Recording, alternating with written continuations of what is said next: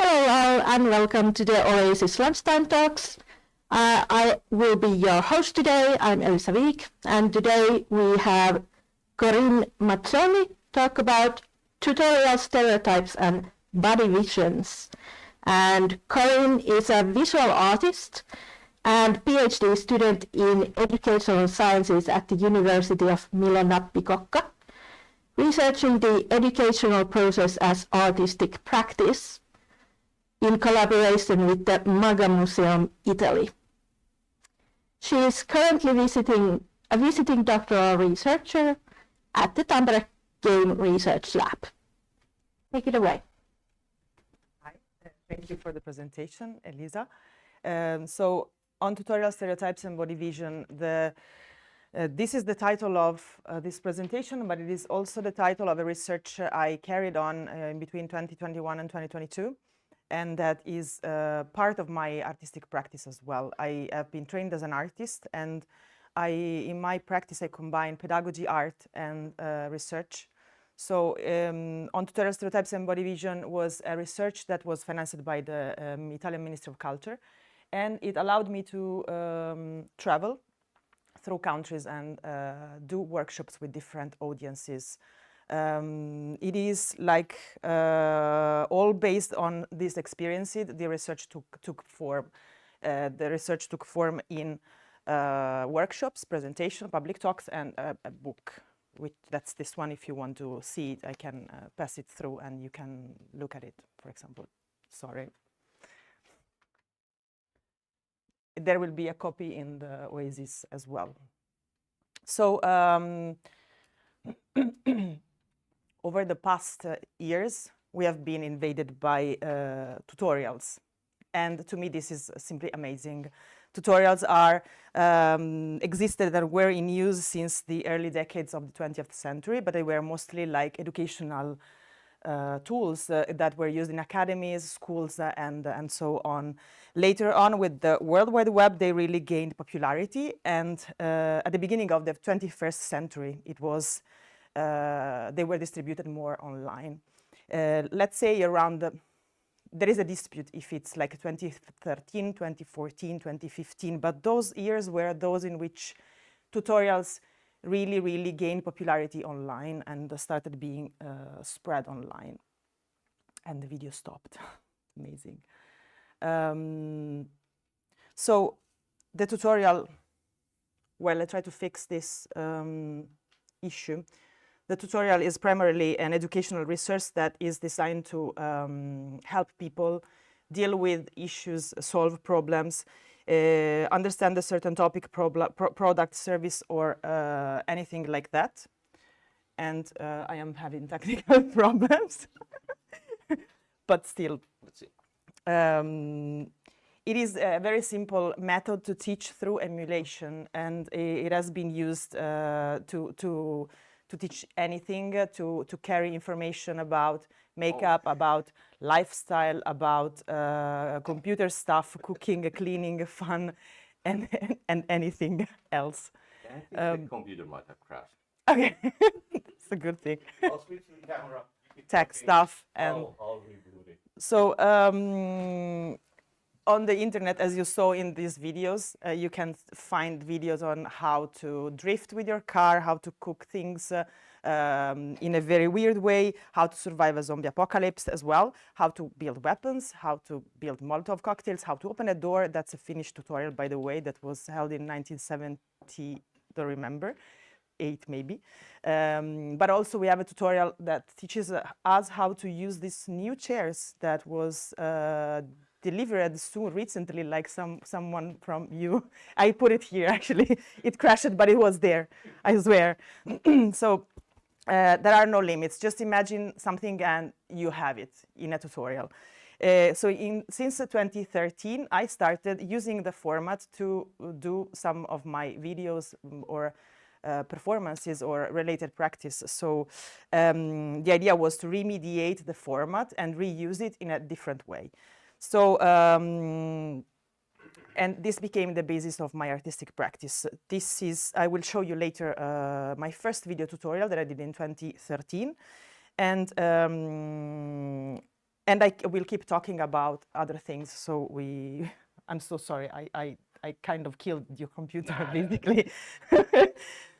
So I started doing, my first tutorial was called the tutorial 1, how to get a thigh gap. And basically it was, it's fine. We can go here. And you can just press Yes. space. So It should work. it should work. Famous man. Ah, damn it. Stupid EA. It was. Stupid stuff. It is called tutorial 1, how to get a thigh gap, and it is this one, and it. You can also control the I have to value go by just up a and little down. back. Yeah. Okay. So these are some of my video tutorials, and then tutorial 1 was created because for an art prize called. See the video.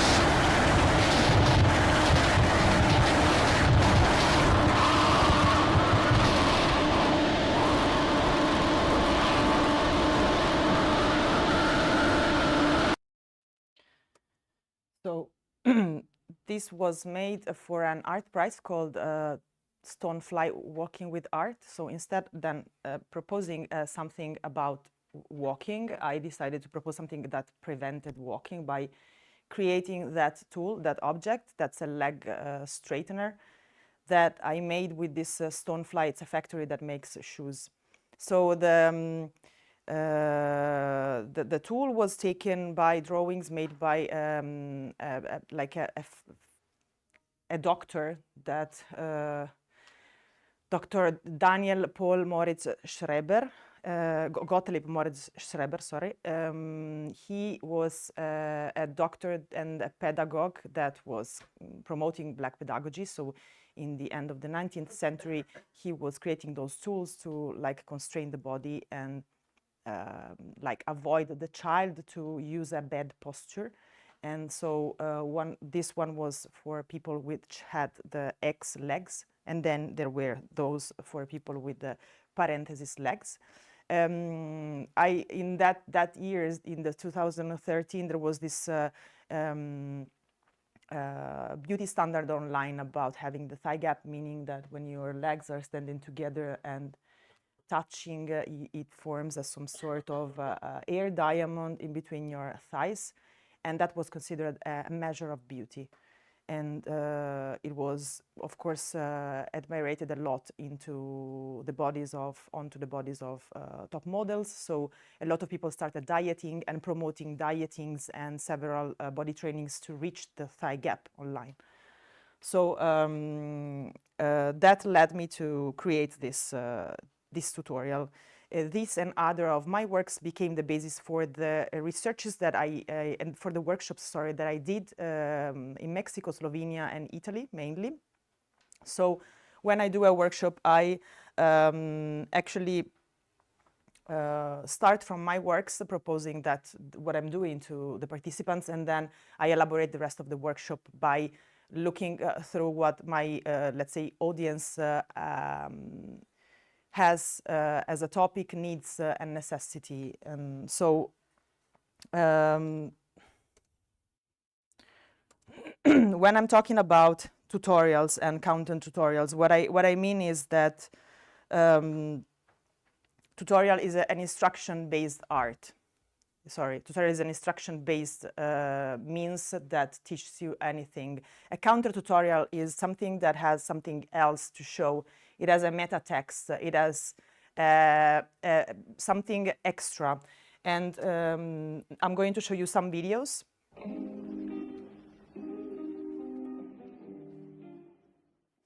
So as you see here, we have two video tutorials. One on the left is showing how to braid hair. And it is a classical tutorial. On the right, we have a tutorial, a video that actually was spreading during 2019 on Telegram during the Hong Kong protests. This video was showing how to make an alternative hairstyle to cover your face, and this was done to criticize or in response to the law enacted by the Hong Kong government that prevented people to cover their faces during protests so that they could find them and incarcerate them, basically. This one, another example of the difference between tutorials and counter tutorials. So on the left, we have Kyla Itsines, that's influencer, entrepreneur, and a personal trainer, and all those fitness videos we see today are really like a descendant of Jane Fonda's 1980s Bodies Workout VHS that was like best-selling ever at that time. On the right, we have the fitness instruction, King Hinin Wai.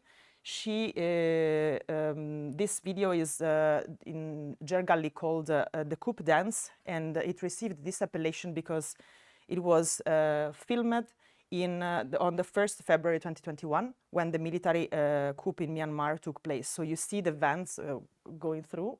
It's the military convoy going to take over. And so in my opinion, this is a counter tutorial because not only it's filmed in a non-classical space, which is not an inside, it's an outside, and it's in a border. You see that there is already something there. But it also unintentionally films and blocks there an historical moment. That's the one of the 2nd of February 2021, which is a very important moment for her country. So in this way, counter tutorials have somehow an extra level of understanding, an extra level of informations to give us. This is why I consider them very important. Of course, it is not only fitness, makeup. Hi guys, so I'm going to teach you guys and other things like that, but it is important, this one as well. How to get long lashes. So the first thing you need to do is grab your lash curler, curl your lashes, obviously. Then you're going to put them down and use your phone that you're using right now to search up what's happening in China, how they're getting concentration camps, throwing innocent Muslims in there, separating their families from each other, kidnapping them, murdering them, raping them, forcing them to eat pork, forcing them to drink, forcing them to convert different religions, if not, or else they're going to, of course, get murdered. People that go into these concentration camps don't come back alive. This is another Holocaust, yet no one is talking about it. Please be aware. Please spread awareness. And yeah, so you can grab your lash curler again. So I think you're familiar with this video because it was hyper popular. It received more than 1 million views, but you have to consider that it was on TikTok, it was on Instagram, it was on YouTube.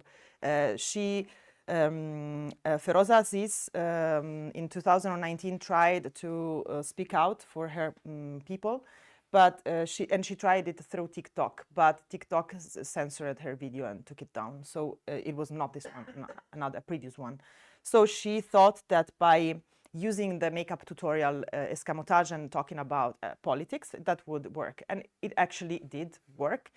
And she became so popular that then TikTok, Instagram, and the social media couldn't take down anymore the video because it was already had too many million views. The operation that she did is very important because she influenced a lot of other videos online and ways of doing makeup as well. So in the art sector, an Italian duo called Eva and Franco Mattes, together with Adrian Cheng, created a project called The Boats. Now, in the past, before I had this job, I knew that content moderation existed, but I thought it was done by computers. When we are talking to people, I can tell they think we're robots. So that's an extract that I took from internet. So the videos are much longer, and there is a series of videos. The project is shedding light on the condition of Facebook content moderators, which are humans, at least in 2020 when they did these interviews to people. So what she is saying in the video, she's an actress, but what she's saying in the video is taken by interviews to content moderators. And so Eva and Franco Mattes are using the Get Ready With Me format. It's like hashtag GRWM. It's a format that took over online because it's a way of showing your beauty routine and engaging a bit more with your audience, because you are like talking about topics of your life. For example, you're gossiping or talking about your day, and then you're putting on makeup. So they are using this kind of makeup tutorial video and together with the Aziz Feroza one. So again, I'm quoting what they say here: serious speeches dealing with topics such as violence, sexual abuse, hate speech, and terrorism are constantly interrupted by makeup tips. Makeup is a way of hiding our facial imperfections in a way not very different from content moderation, which beautifies the surface of the internet by removing unwanted content. And here we could open huge parentheses on how today tutorials are actually very much pushed by brands, by even the videos that look the most naturally done and like easily done, friendly done, probably have a brand behind them. But this is a whole other huge topic that I cannot go through here. But you know that there is, and it's part of the daily evolution of tutorial we are facing today. Then we have other example of tutorials that I would like to quote here, because I am quoting them and I'm using them during my workshops because it has to be fun as well. So I like to quote absurd tutorial videos like How to Basic, for example, that you probably all know, or Alan tutorial that I don't know if you're familiar with. So How to Basic is the food porn I was speaking before. It's a bit disgusting, but I found out a video that is not too disgusting. So I'm gonna play it. If it's too much, just tell me. I can tell. Sorry.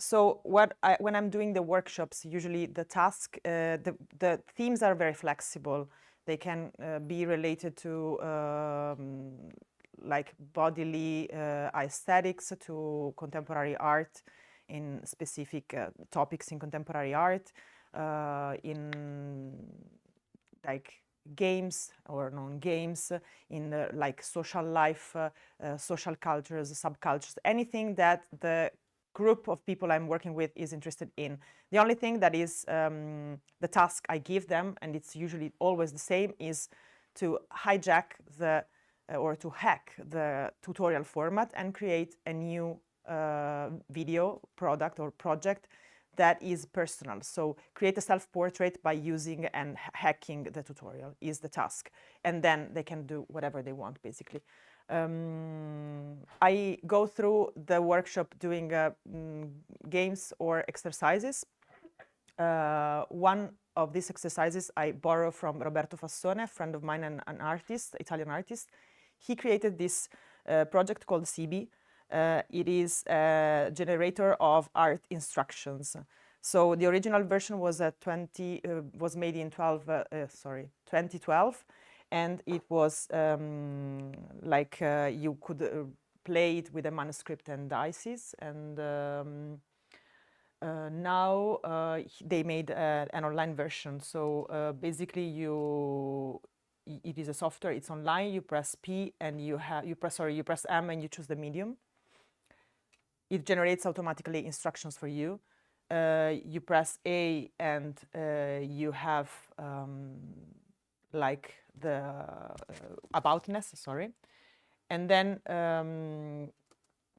you have T, and that's the title.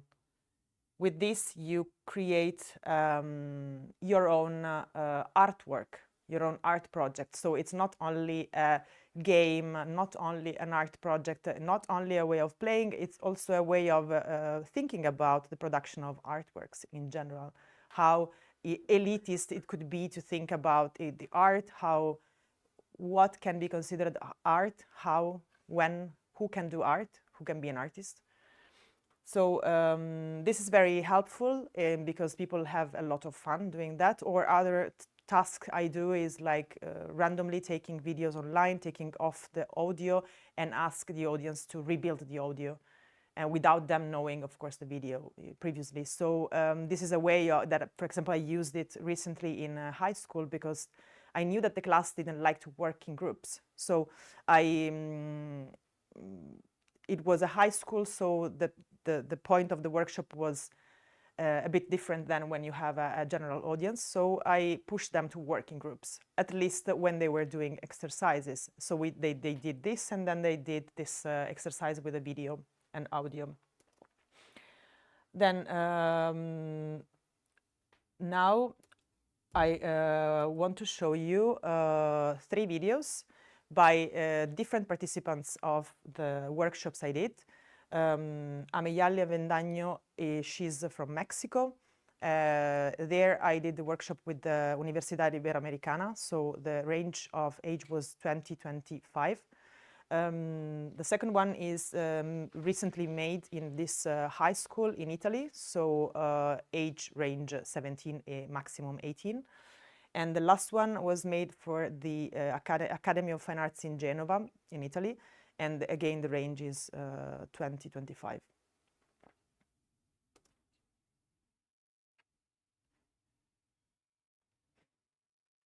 Mis sueños comenzaron a ser patéticos.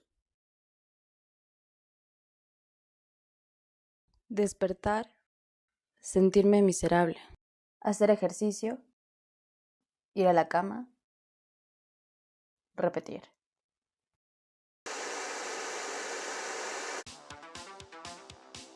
Do this every day to lose weight.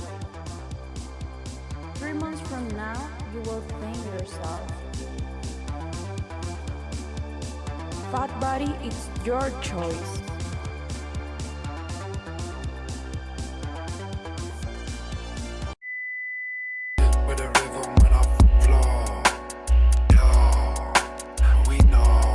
El placer de sentir hambre. La culpa del antojo. Junk food you crave Y la for an frustración hour, del apetito. or the body you crave for a lifetime. Your decision. Embrace your body while losing weight. Don't wish for a good body. Work for it. Exercise is like telling your body, you're gonna hate me for this, but you will thank me later. Train insane or remain the same. Dear stomach, you're bored, not hungry, so shut up. Hunger is not an emergency. You're not gonna get the butt you want by sitting on it. Losing weight is hard. Being overweight is hard. Choose your heart. Do it for yourself.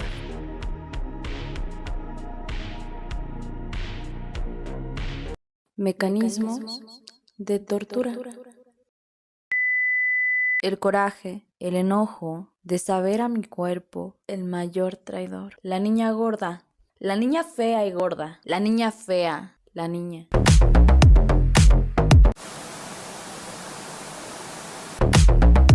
Suck it up, and one day you won't have to suck it in.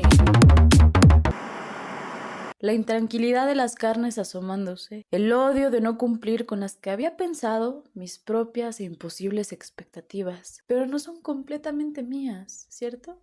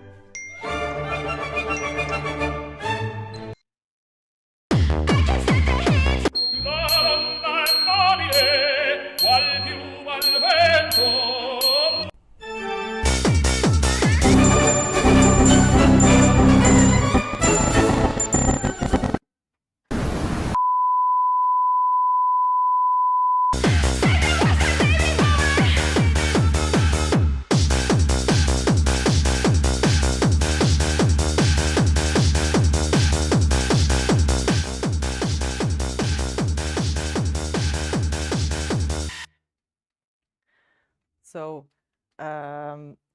these were examples of, oops. These were examples of that demonstrates that while using the format of a tutorial, a counter tutorial can show and explain and give a different things, different emotion, different feelings, and create awareness on certain topics, for example. So in here you can easily find the main topics that were leading the 3 different videos. One was related to food and body. The other one the second one was related to the idea of being all the time in the size, and actually they are from high school. So last year they have to decide where they want to be, what they want to do with their lives. So and they are told every day that be constantly not be sure what to do constantly. It's not correct, it's not good, because it's a stereotypical vision of that you should be productive somehow. And then the third one as well, the idea of being productive again. So I chose these three videos, but there are a lot more, like a load of videos that I'm archiving. Partially are online, in agreement with the people that contributed to the book. So if you want, you can go on the Vimeo and on my website on the Vimeo and check the other videos. Others are in my personal private archive. And somehow I think counter tutorials in general can be able to represent communities somehow. And this is why I treated this topic recently, and I went through it. Of course, in the past, we have to mention that there have been instructions for use that are the precedent of tutorials. Instructions for use have been hijacked by a number of artists, and then in 1993, Hans Ulrich Obrist, together with Christian Boltanski and Bertrand Lavier, conceived a project called Do It, which was an exhibition at the beginning, then a book, and then other similar projects, entirely based on artist instructions. So a lot of instructions made by artists have been created on purpose for the book, for the exhibition, and then collected as well. So if in the past these have been used to make research, to create like a topic, and why not tutorials today? This is my point. If you have any questions.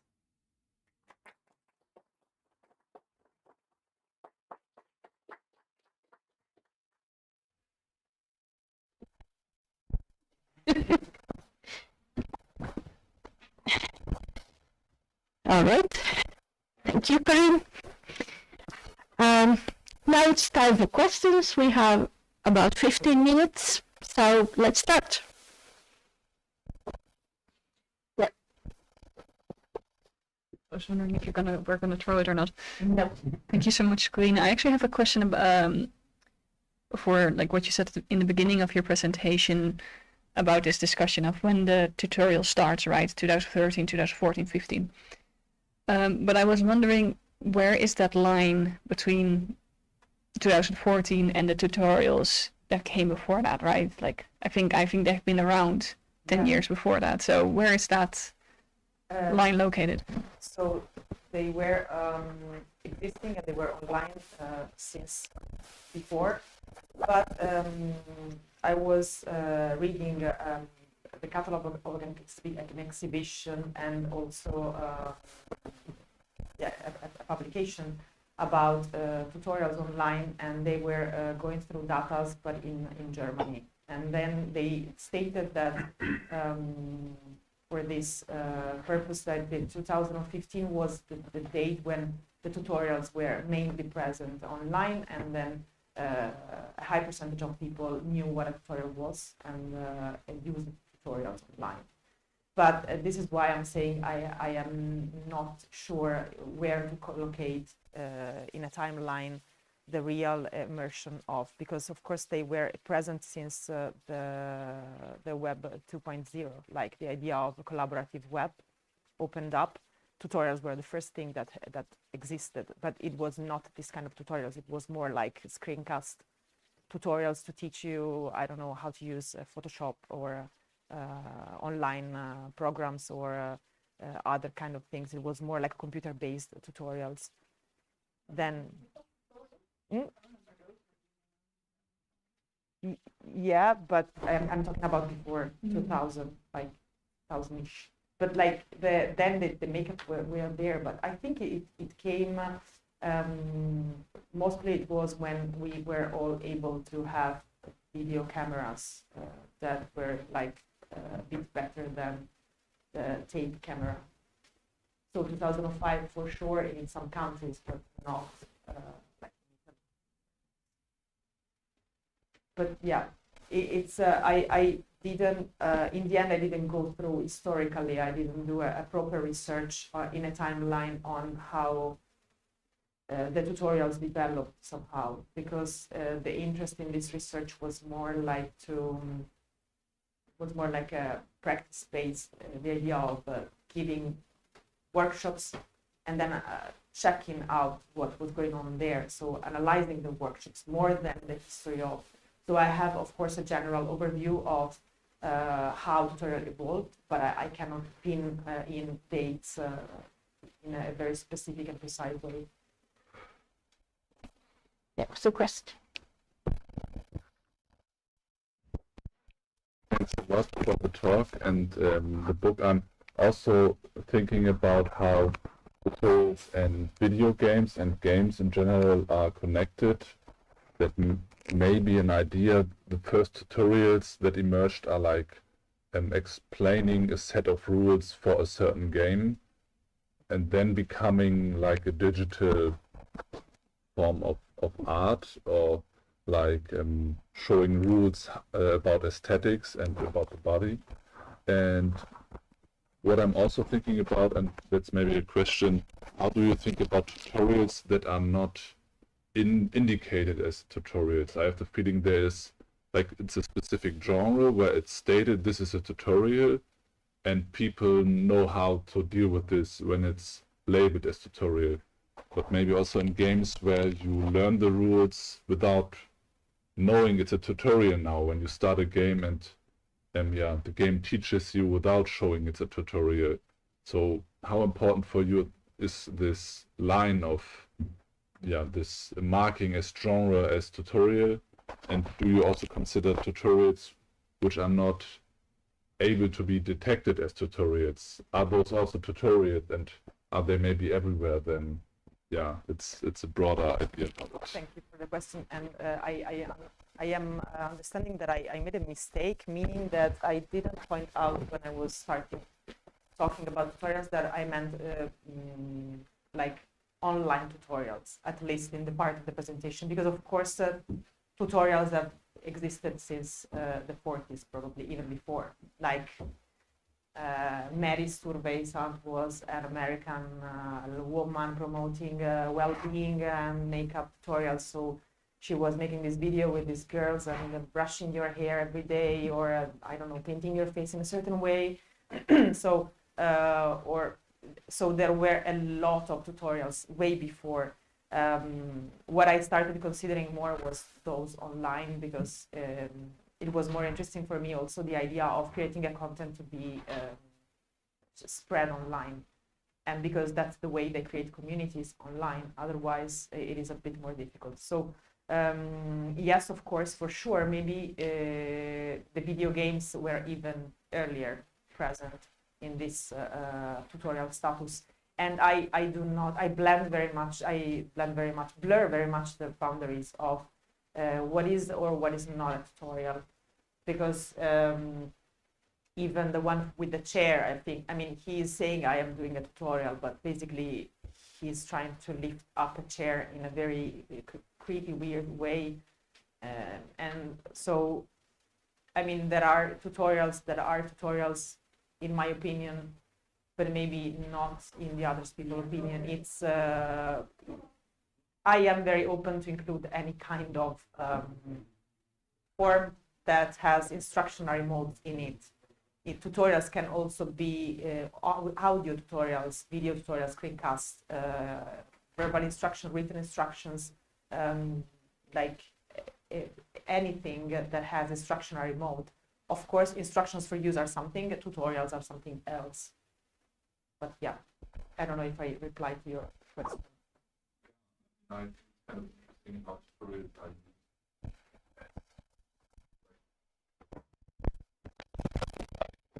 As tool for setting norms and aesthetics.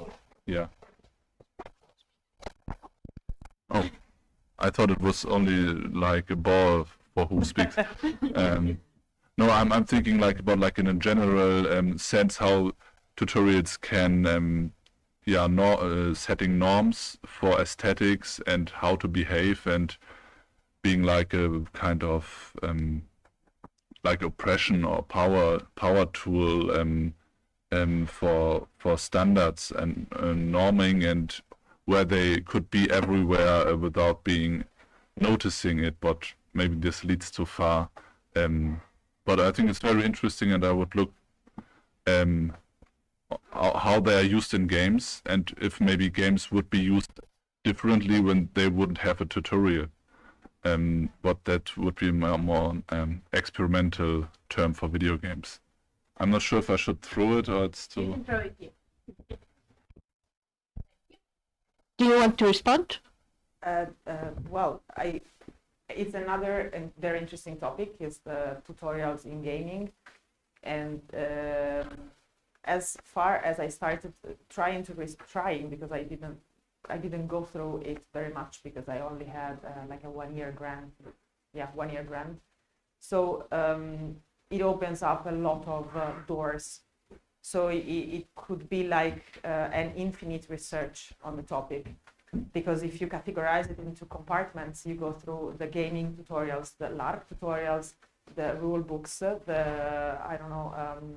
instructions for use and precedent tutorials, or the VHS and the precedent tutorials, then internet. It's really like it's a full research that I never managed to do, actually. All right, we have Mark and then Jaak. Thank you very much for the talk. Really interesting and entertaining in a way. I was thinking also in the same way related to video games and playing, because maybe the first written tutorial that I encountered in my life when entering the internet was a tutorial on how to play through a difficult part of a video game, and that is where also some kind of I'm not sure if it was counter-tutorial thing, but at least counterplay happened when a person writing a tutorial added their own personal, not just thinking, but some kind of background there. Similar things happened with, for instance, food recipes, when there is not just a recipe on the website, but also a history of dish, how it was cooked, etc., etc. Do you think that those additions that not just give the explanation, like go there and you will get this achievement, but also some kind of personal information, experience things, how something was invented, are a part of counter-tutorial movement, or they are actually a part of tutorials as something normatized? Yeah, in my opinion, yes, considering that the idea of counter tutorials came from a discussion I had with Kevin B. Lee, which is one of the contributors of the book. It was like we were speaking and I kept calling them non-conventional tutorials, and he said counter tutorials sound much better. I mean, it's more like hype. And he asked, can I use it? He was like, of course. So that's the title of the book, basically.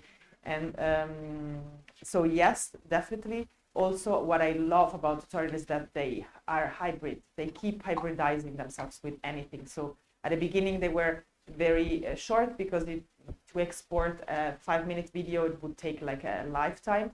Then it started being longer. Then they understood that the parameters of attention of people was lowering, so they did very long ones on YouTube, but then with the connection on TikTok and then Instagram, that was about 30 seconds.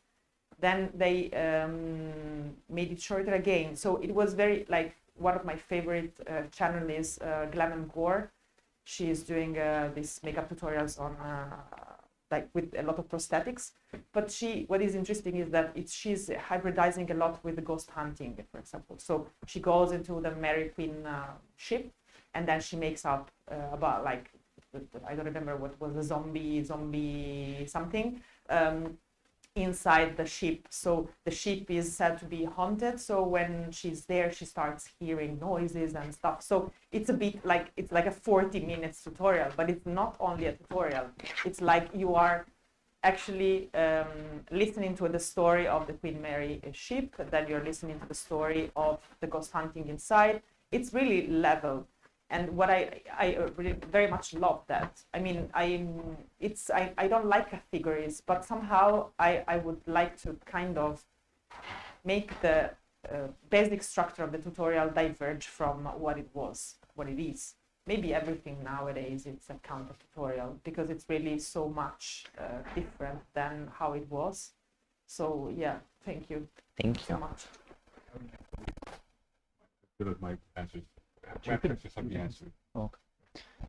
Yeah, so I was kind of interested. A lot of these seem to me to be really loaded with satire as like their kind of core medium of expression.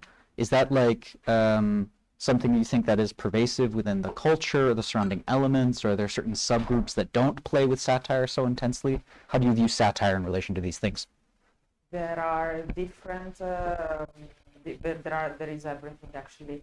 I picked up the satire once because when I was doing my latest workshop, one of the guys in the class came to me and he was like, but I don't have serious topics to talk about.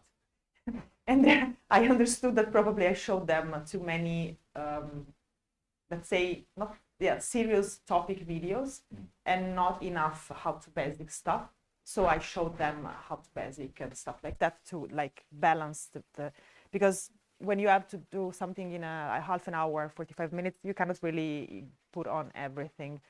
But yeah, I think satire is something that I'm very much into and that very much helps this contents. But it's also they are also old contents if you think about it. I mean, how to basic, it keeps going on, but Alan tutorials, no. I don't know how it would be perceived, something like that today. I don't know. I'm not sure, actually. So we started a couple of minutes late. We have time for one more question if it's a quick question. Anyone?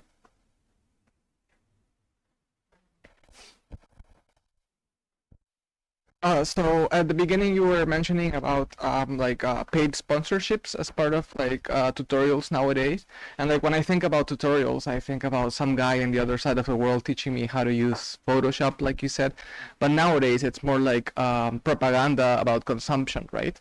So like where do you see the draw the line between like what education is and propaganda? Because a lot of the tutorials I see, I think of like They Live the movie, like obey, consume, that kind of stuff. Well, the line is very thin and it is not easy to understand where it is. That is why I decided not to dip in that, because it's really difficult for me as well to like decipher where is the propaganda part or where is the economical capitalistic part or where it is not. For sure, whenever you, in makeup, for example, to go back to what I presented before, in makeup, most likely when you start having a lot of millions of followers, you have brands behind. It's like certain, it's not something that you can, I mean, it works like that.